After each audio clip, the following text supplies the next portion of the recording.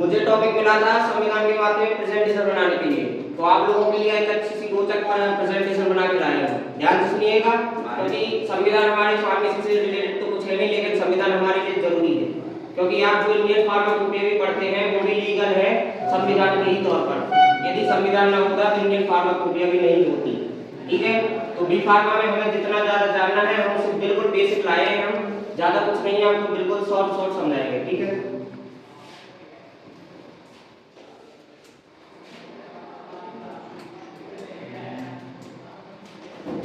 Constitution, आप भारत के नागरिक हैं, सब कोई मानता है, लेकिन आपको कैसे पता आप भारतीय हैं?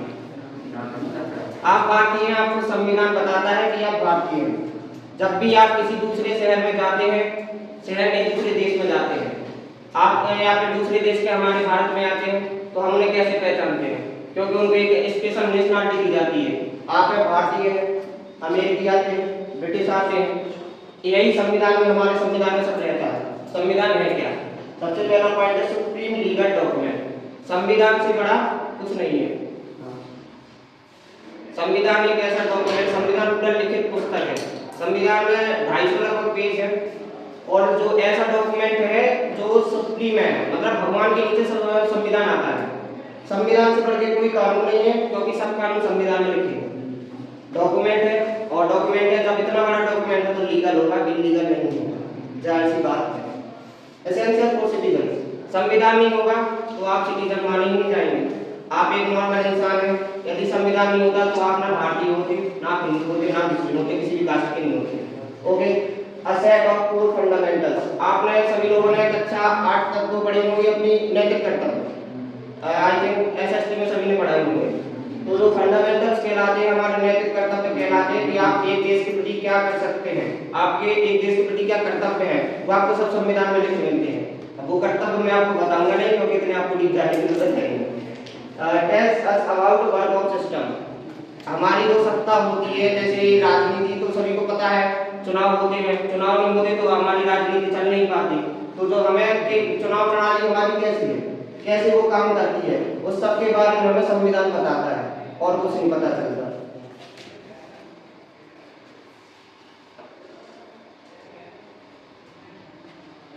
I think doctor Bhimrao Ambedkar को तो सब लोग जानते होंगे। कौन थे वो?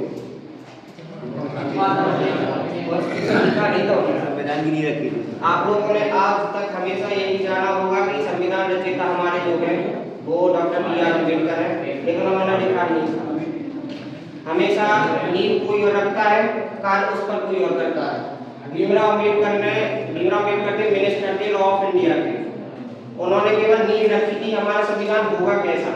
और जो हमारे जो बिहारी नारायण रायदादा थे, उन्होंने अपने हाथ से लिखा था संविधान।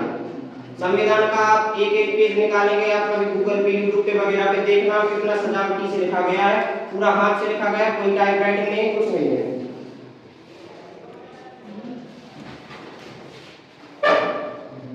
ये देखिए, देख रहे हैं आप, पीएम उद्देश्य का ये पहला पेज है संविधान का। देखिए आप, पूरा हाथ से लिखा गया है। प्रेमचंद नारायण रायदादा ने अपने हाथ से लिखा है। अब बताइए 200-250 पेज लिखे, उन्होंने एक भी चार्ज नहीं लिया है। उनने केवल ये शर्त रखी थी कि हमारा हर पेज पे नाम होगा और अंतिम पेज पे उनके दादाजी का नाम होगा। लेकिन आप लोगों को आज तक यही पता था कि हमारा संविधान जो लिखा है डॉक्टर भीमराव अम्बेडकर जी ने लिखा है। आज आपको नई चीज पता चली कि हमारा संविधान प्रेम बिहारी नारायण रायदादा ने लिखा है, उन्होंने केवल नींव रखी। और जो हमारा संविधान है वो लिख चुका था हमारा 26 नवंबर 1949 को पूरा लिख गया था, और 2 महीने बाद जनवरी 26 जनवरी 1950 को लागू कर दिया गया। क्योंकि संविधान कोई छोटी वस्तु नहीं थी कि हम उसे एक दिन में लिख दें दूसरे दिन बाद लागू हो जाए।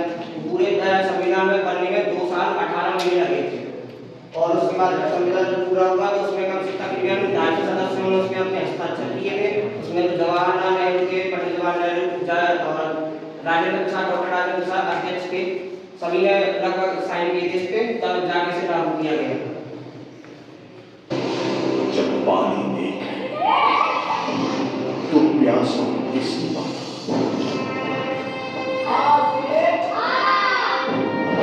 जब ज्ञान देख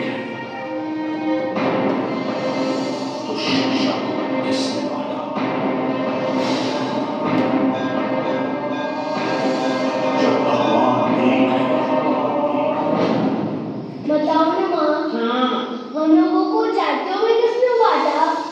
मुझे नहीं पता, बस सब लोग मानते हैं इसे किताब में लिखा होगा। किताब में गलत लिखा होगा तो क्या गलत ही मानेंगे? जिस दिन मैं किताब लिखूंगा सबको बराबर काम दूंगा। उनकी जो लड़ाई थी वो मानवता का सम्मान है, जो किताब उन्होंने लिखी वो भारत का संविधान है।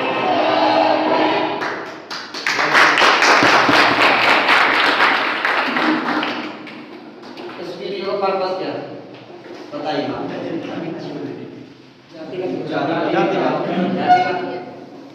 समान अधिकार आगे देखिए फिर बताइए। सभी नया शहर, नए विचार, बीम के कदम बढ़े, पानी, शिक्षा और ज्ञान पर भेदभाव और असमानता का नहीं छूटा हिसाब। संस्कृत तुम जैसा भी नहीं है। हजारों सालों से हमें छोटी जात अस्पृश्य बनाकर इस समाज से बाहर रखा गया है।